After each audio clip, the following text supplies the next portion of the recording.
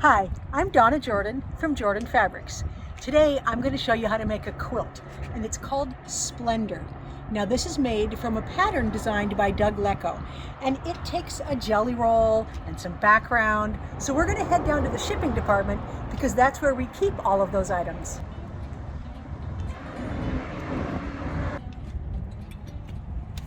There's lots of jelly rolls to choose from, and I think there's a lot that would look good in this pattern. The cover shows batiks. Batiks look great. I've got one that my husband Matt cut out. It's almost exactly the same colors as what's shown on the cover, so I know that will look good. There's other choices like, let's see, this is grunge. So grunge, it's not solid, it's almost solid. Again, the colors are very similar to what's shown. That would be very nice. We have a lot of jelly rolls that are all solid colors. These are solids from Kona. So down here, they come in a variety of colors. So this roll has got citrusy colors. That would be nice and bright in this pattern. That would look really good. If I was going to pick something with a lot of print, something like this, I'd probably stick with the darker ones from here and maybe add a little bit of yardage so we don't use these light ones because they're not going to show up against the background. This one would be great. It's batiks and they're a little bit brighter than what's shown on the cover. I think that will just look awesome in this pattern. I'm very happy with this jelly roll. I think that's going to make a fun quilt. But I'd like to talk a little bit about how many jelly roll strips we're going to need. The pattern calls for 48 jelly roll strips. I'm going to make the throw size. There's 3 sizes included in here. The throw size needs 48, and my jelly roll has 40 pieces. And this is fairly common. The number you have in your pre-cut doesn't match up with what the pattern calls for. Since I only need a few more than what's included, I need some way to fix that issue. If I needed 30 more strips, I would just get a second jelly roll. But when I only need a few more, here's what I like to do. I've picked out a fabric that I like that coordinates well with the jelly roll, and I'm just going to cut the extra pieces I need out of the fabric. Of course, this fabric will be a lot more prominent in the patchwork because we're going to have 8 strips of this, and the jelly roll has 1 or 2 each. So you want to be sure to get something that you like really well because it's going to influence how the quilt turns out. But for this project, I like that we're going to have more of this in it. I'm going to enjoy seeing a lot more of this print in the patchwork. This method also works well if you have the right number of strips, but perhaps you don't have the right color balance, too many lights or too many darks. And of course, the same method we're using for strips works with charm squares or layer cakes. Okay, that fixes that issue. I'm going to go ahead and open this up and cut these to the lengths we need. And then the last thing we need for the patchwork is some background. I'm going to use this nice dotty print here. I can't give you all the numbers I'm going to cut because it's not my pattern, but Doug's are very easy to follow.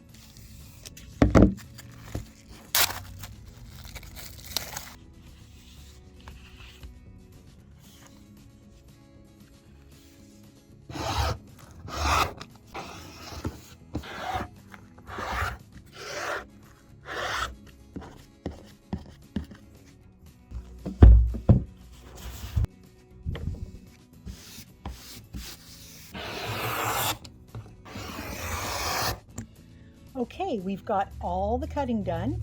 Now we need to mark the back of these squares. We're going to do one diagonal line across the back of each. So I'm going to alternate between a pencil and a chalk pencil. You just need to use something that will show up a little. We need 4 for each block. Let's take all 4 of these and one of our big backgrounds over to the sewing machine. These squares, they're going to go in all 4 corners, but the easiest way to do it is just 2 at a time. So I'm going to put them on opposite corners here, and I'm going to stitch right along the line that I drew.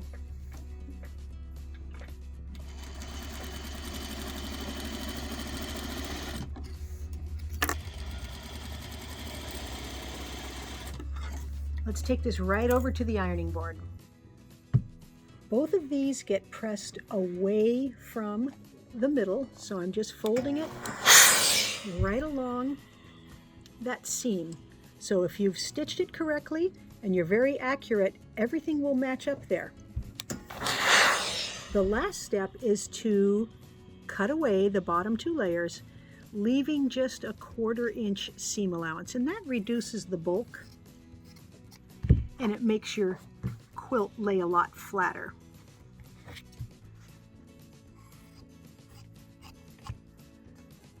Now I can put these 2 guys on the last 2 corners. Again, I'm going to stitch right along the mark.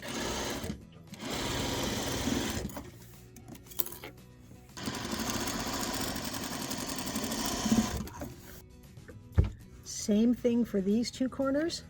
Press everything toward the outside and trim off those back layers.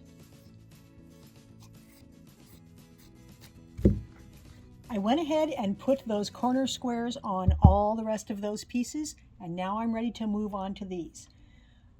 We're going to put one of these on here, and we want to stitch from that corner to that corner. So the easiest way to do that is to draw a diagonal line on here. Now my cutting board has some diagonal lines. These are 45-degree lines. Most cutting boards will have that, and if not, your ruler probably has 45-degree lines on it. There's a lot of ways to get that line on your fabric. So I'm going to line this up here and draw a little chalk mark right like that, because it's very easy to stitch along that drawn line.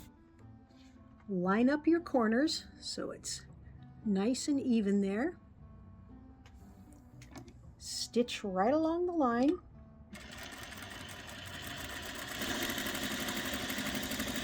And take it to the ironing board.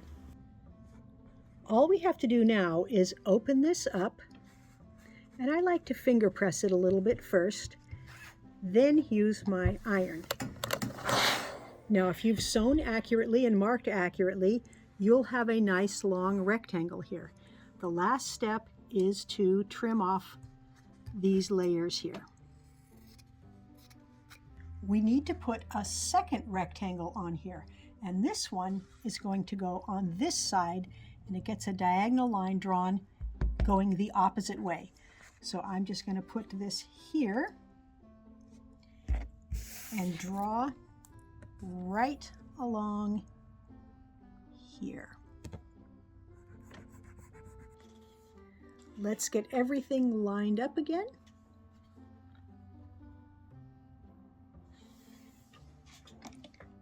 Stitch along the line.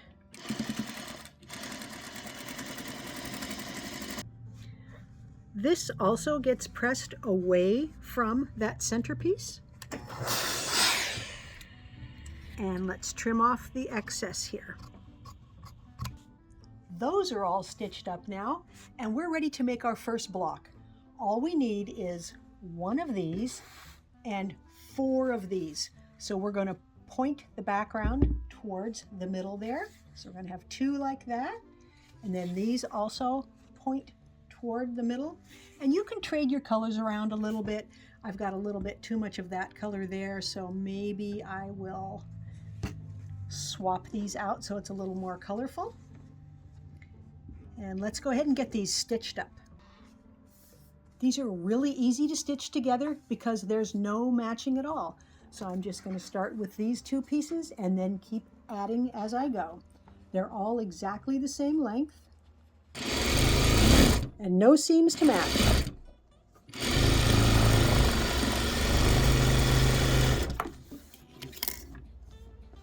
The seam allowances are going to get pressed toward the center of the block. So this one's going this way, so I'm just holding it open and then drawing my fingertip or my fingernail right down that seam. Now we can add this piece. Again, no matching, just stitch it on. Finger press again toward the center. Now we'll put this one on.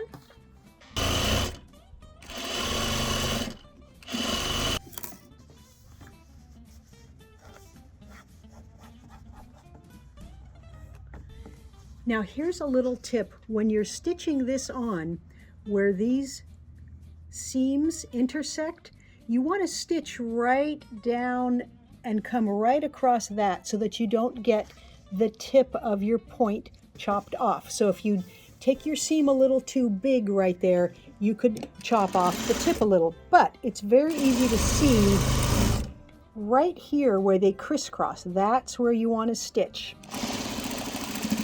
So that helps you get nice, accurate points. The whole quilt is made with just this block. So I'm going to go ahead and get the rest of them stitched up. The blocks are done and we can lay out the quilt. It's very, very easy. There's just two ways that the blocks go. First one goes that way, the next one goes that way, and I'm just going to keep alternating. That's the last block. I may trade some of them around. I just want to make sure I get a nice blend of colors in each one of these areas where the blocks come together. It's going to be really easy to sew the rows together, make rows and sew together, because there's nothing to match. There's nothing to match in here, nothing to match here, only where the blocks come together. So I'm going to stitch it up and get it loaded onto the quilting machine.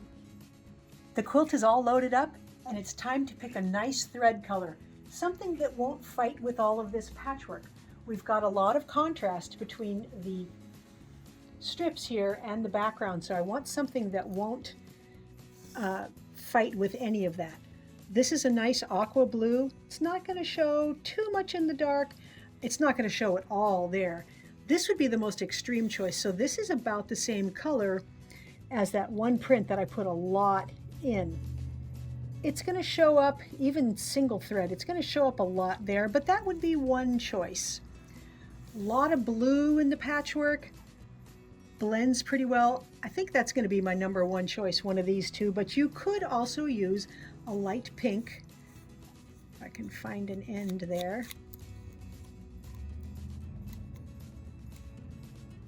Well, I think you can get the idea even though I don't have my glasses on. There we go.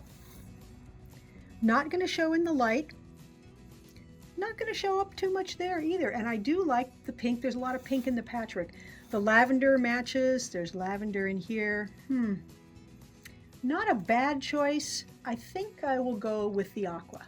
For the quilting pattern, I'm using Calm Waters. I use this a lot when I have batik quilts. I like the way it shows movement, and it does look a lot like water, like what you'll see in the batik prints.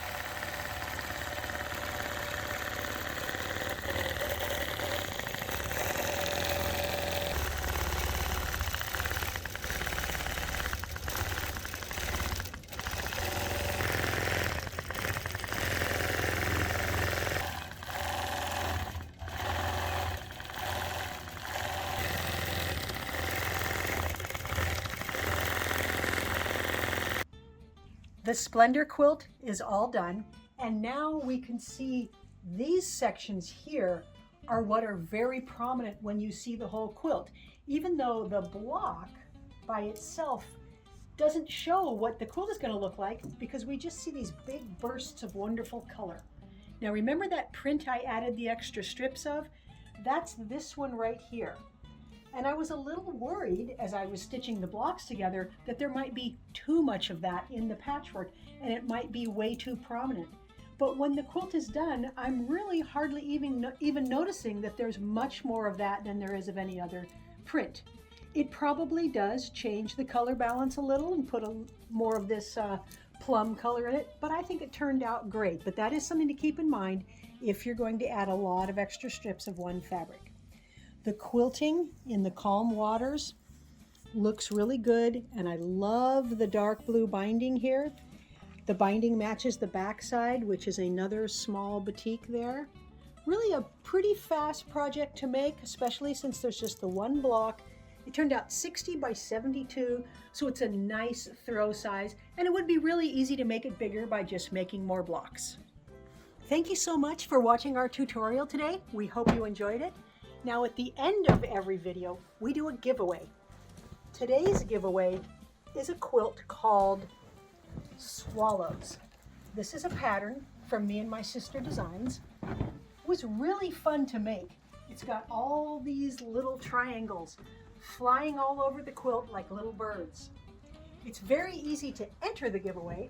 All you have to do is click the link below this video that says giveaway, and you put in your name and your email address, and we can send this to a winner anywhere in the world. So good luck. Now, if you like our videos and you want to support us, the best thing you can do is subscribe to our YouTube channel. That really helps us out. Happy quilting!